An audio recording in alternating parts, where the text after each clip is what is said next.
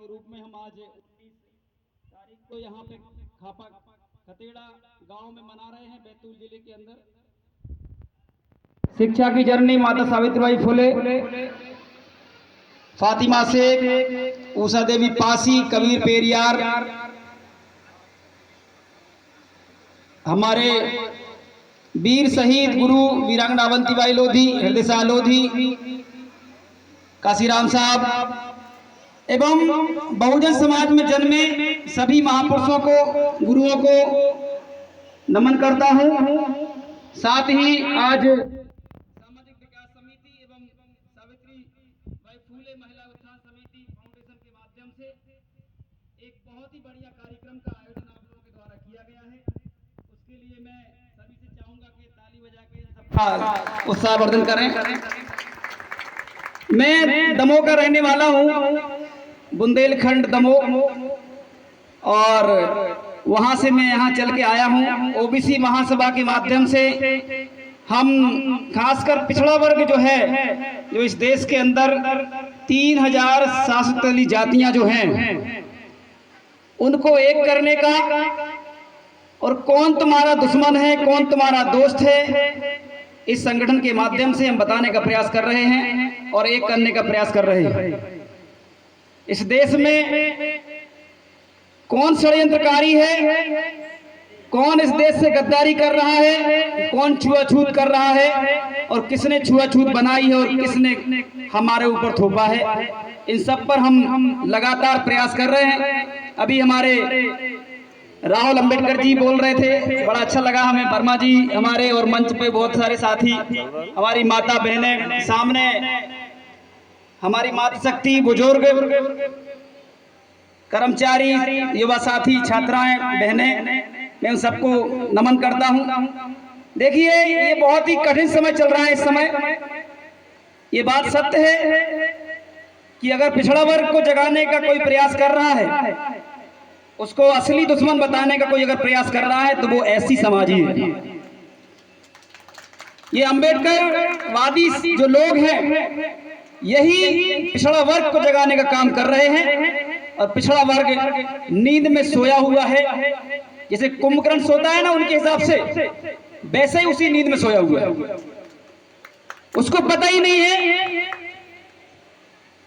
कि आखिर हमारा होना क्या चाहिए था इस देश में, और है क्या।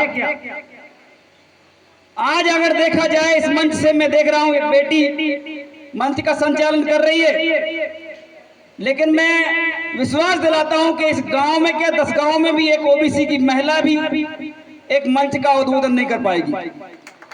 ये अंबेडकरवाद जो है, इसके माध्यम से आप देखिए, जो अंबेडकरवादी हैं, उनकी बेटियां, उनके बेटे, उनके परिवार के लोग आज मंच पे दहाड़ते हैं, बोलते हैं।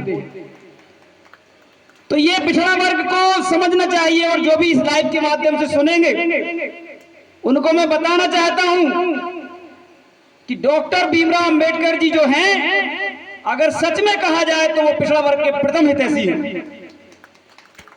क्योंकि उन्हें मालूम था कि मैं जिस समाज वर्ग से आता हूं, उनके प्रति तो मेरी चिंता है, और उनके लिए मैं लिखूंगा, लेकिन मैं सबसे पहले उनको लिखूंगा जो असली शूद्र इस देश के अंदर है। मैंने देखा है इस गांव के अंदर भी छुआछूत होगा, हो सकता है खत्म हो गया हो, अगर है तो मैं इसमें अंतर बता रहा हूं। एक ऐसा छुआछूत है 2 प्रकार का। पिछड़ा वर्ग का वो लोग अनाज ले लेते हैं या भोजन भी कर लेते हैं, ठीक है ना, लेकिन हमारे कुछ ऐसी भाइयों का तो वो पानी भी नहीं पीते। लेकिन इसमें ऐसा नहीं समझना है, छुआछूत दोनों के साथ हो रहा है, पिछड़ा वर्ग के भी साथ हो रहा है, उसके भी साथ हो रहा है। लेकिन समस्या यह है कि वो षड्यंत्र को समझ नहीं पा रहा है कि हमारे ही अपने लोगों को, हमारे ही अपने लोगों से ऊंचा बना के, कभी नीचा बना के, और खुद अपने आप को ऊपर बिठा के बैठा है, यही मनुवादी है। बताइए है कि नहीं? इस देश के अंदर कह रहे हैं कि जाति है ही नहीं, तो फिर जाति खत्म करने के लिए बागेश्वर वाला क्यों भीड़ लगा रहा था, बताइए।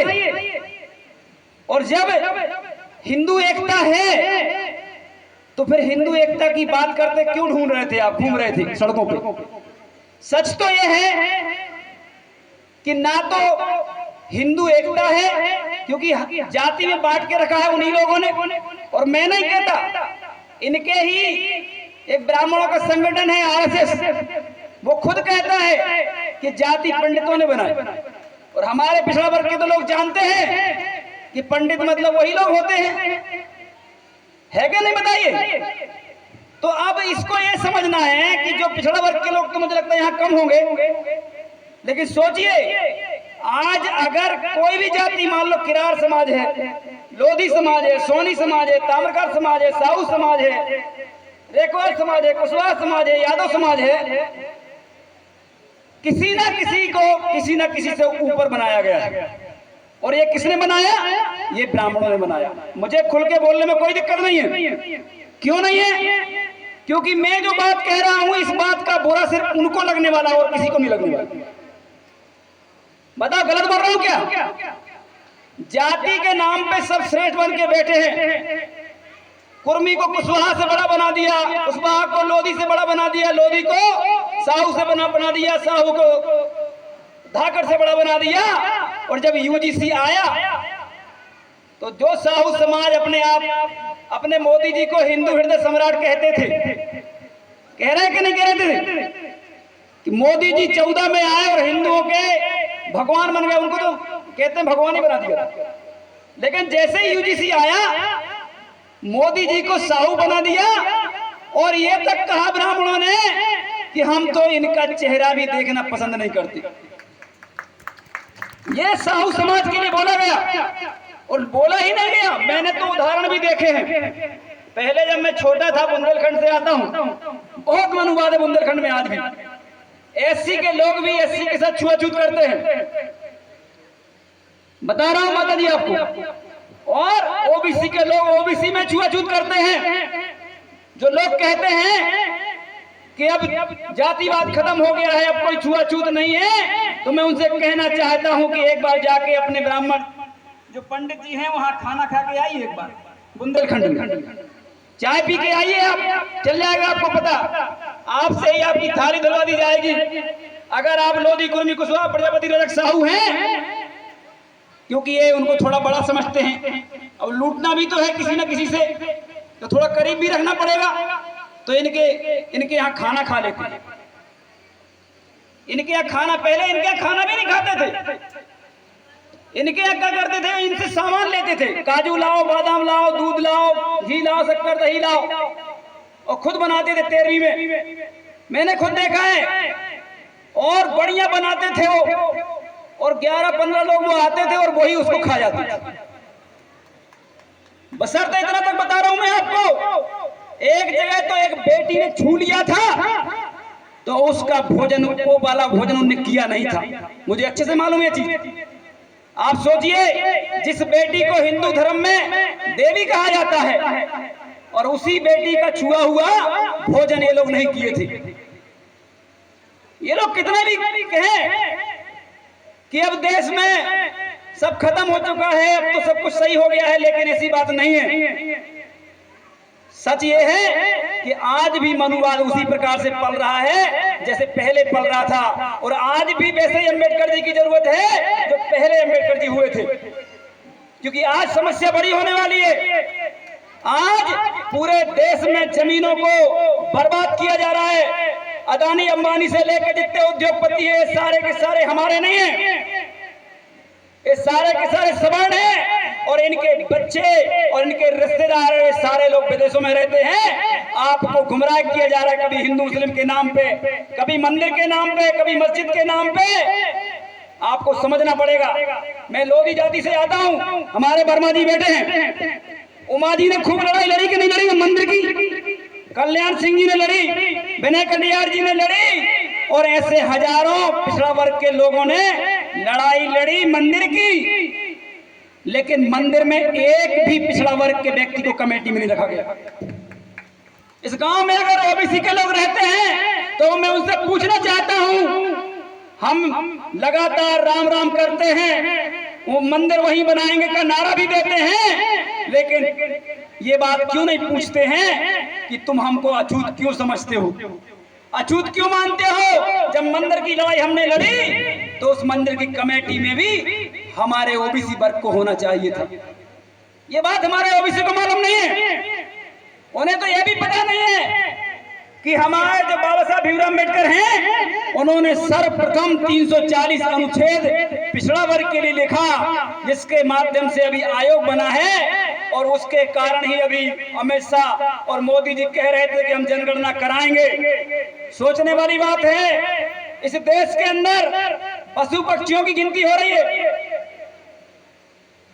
पौधों की गिनती हो रही है, बशर्ते मैं कहना ऐसे शब्दों का उपयोग नहीं करना चाह रहा हूं, पर बता रहा हूं, थर्ड जेंडर हिजड़ों की गिनती हो रही है, लेकिन पिछड़ों की गिनती इस देश के अंदर नहीं हो रही है। समझने वाली बात है। ये षड्यंत्र को समझने की जरूरत है कि आखिर राम मंदिर में की कमेटी में क्यों नहीं रखा गया। आखिर जो केंद्रीय सचिव होते हैं, मोदी जहां बैठते हैं वहां ये सचिव बनाए जाते हैं, बड़े बड़े IAS IPS अधिकारी जो होते हैं, एक भी ओबीसी का सचिव नहीं है। जहां से पूरा बजट कहां खर्च होना है, कितने स्कूल बनाए जाने हैं, कितना SC ST के लिए खर्च करना है, तमाम प्रकार की योजनाएं, लेकिन एक भी ओबीसी का व्यक्ति वहां पर सचिव नहीं है। लेकिन फिर भी आपको हिंदू मुस्लिम करके वो ये बात जब हम कहते हैं तो वो हिंदू मुस्लिम का मुद्दा उठा देते हैं, जबकि उसमें कोई जान नहीं है। अभी UGC आया है, मुझे बताइए कहीं कोई बैनर दिख रहा हो आपको हिंदू एकता का? सारे बैनर निकाल लिए गए, क्योंकि अब पिछड़ा वर्ग जा ही नहीं रहा है। मैं मानता हूं कि यहाँ का हमारा पिछड़ा वर्ग उतना जागा हुआ नहीं है, लेकिन पिछड़ा वर्ग भी अब जानने लगा है। तो हिंदू वाली समाज हो रही थी, वहां पर 5-5 लोग ही बैठे मिले, जहां पर हजारों की संख्या होती थी। क्योंकि बात सही है कि UGC में SC ST तो पहले से शामिल था और उन्होंने उसका विरोध नहीं किया, लेकिन जैसे ही पिछड़ा वर्ग को लेके आए विरोध करने लगे। क्यों? क्योंकि अब उसमें लोधी का बच्चा भी पड़ेगा तो उसके साथ जातिवाद नहीं होगा, उसको लुद्धड़ नहीं बोला जाएगा। अगर कुर्मी का बच्चा भी पड़ेगा तो उसको कुरमट्टा नहीं बोला जाएगा। आप समझ रहे कि नहीं समझ रहे? इस प्रकार के शब्दों से ये हमारे बच्चों को संबोधित करते हैं, उनको डिमोरलाइज करने का काम करते हैं साथियों ये लोग कॉलेज के अंदर। आप बताइए, आप लोग बैठे हैं बुजुर्ग, क्या आपके साथ छुआछूत नहीं हुआ तो स्कूल और कॉलेज में हुआ है? मैं कह रहा हूं कि मैं खुद कह रहा हूं, बुंदेलखंड में पढ़ा है और मैं बता रहा हूं कई लोगों को, हमारे भाइयों को ये जो पट्टी होती ना, डांट पट्टी, उस पर बैठने नहीं मिलता था तो घर से बोरी लेके आते थे। इसीलिए मैं कहता हूं ये सबसे बड़ा भगवान है और सबसे बड़ा ग्रंथ हमारा संविधान है। उसी ने आपको इतनी इज्जत मान सम्मान दिया है कि जिस कुर्सी पर वो बैठेगा, ब्राह्मण बैठेगा, उसी कुर्सी पे आपको भी अधिकार बैठने का है साथी। है क्या नहीं बताइए? आज महिलाएं हमारी अंबेडकर जी का विरोध करने लगते हैं, उनके बच्चे जो कहते हैं कि हमारी माँ कलेक्टर है वो विरोध करने लगते हैं। अरे शर्म करो, उसी अंबेडकर की देन है, नहीं तो चूल्हा और ये सफाई से अलावा बाहर नहीं निकल पाती, चाहे वो सवर्णों की बीबियां होती या महिलाएं होती, चाहे ST SC OBC की होती। डॉक्टर अंबेडकर महिलाओं का भगवान है, ये आपको पता होना चाहिए। उनका कोई भगवान नहीं है, उनकी माता सावित्रीबाई फुले जिनके कारण शिक्षा मिली है और सारे अधिकार अगर दिए हैं किसी ने तो डॉक्टर अंबेडकर जी ने दिए हैं। संविधान सोचने वाली बात है। जब सर्वप्रथम चुनाव होके हमारे डॉक्टर भीमराव अम्बेडकर जी सदन में जाते हैं तो सिर्फ इसलिए इस्तीफा देते हैं कानून मंत्री से कि उनको अपनी महिलाएं बेटियों के लिए अधिकार दिलाना था। आज अगर कोई मंत्री बन जाए ना तो वो कुछ भी हो जाए, हैं तो हमारे समाज वर्ग के, OBC ST OBC के तो छोड़ो, मनुवादी हैं वो लोग, गुलाम हैं। बीजेपी और कांग्रेस से लड़ेंगे तो क्या ही प्राप्त कर पाएंगे। गलत मत समझना है आप लोग किसी पार्टी के हैं सो, क्योंकि आप वहां सिर्फ गुलाम रह सकते हैं। क्योंकि आप खुद बताइए, हमारा एक भी सांसद चाहे बीजेपी का हो चाहे कांग्रेस का हो, ना तो वो हमारे हक अधिकारों की बात करता है, ना वो हमारे लड़ता है, लेकिन अपने बच्चों को विदेश में पढ़ाने का काम कर रहा है। और कहें तो मैं ये भी कहना चाहता हूं कि वो लोग तो उनमें शादियां भी कर ले रहे हैं, वो ब्राह्मण बन जा रहे हैं, पता कर लीजिए आप। लेकिन लड़ाई जो मुख्य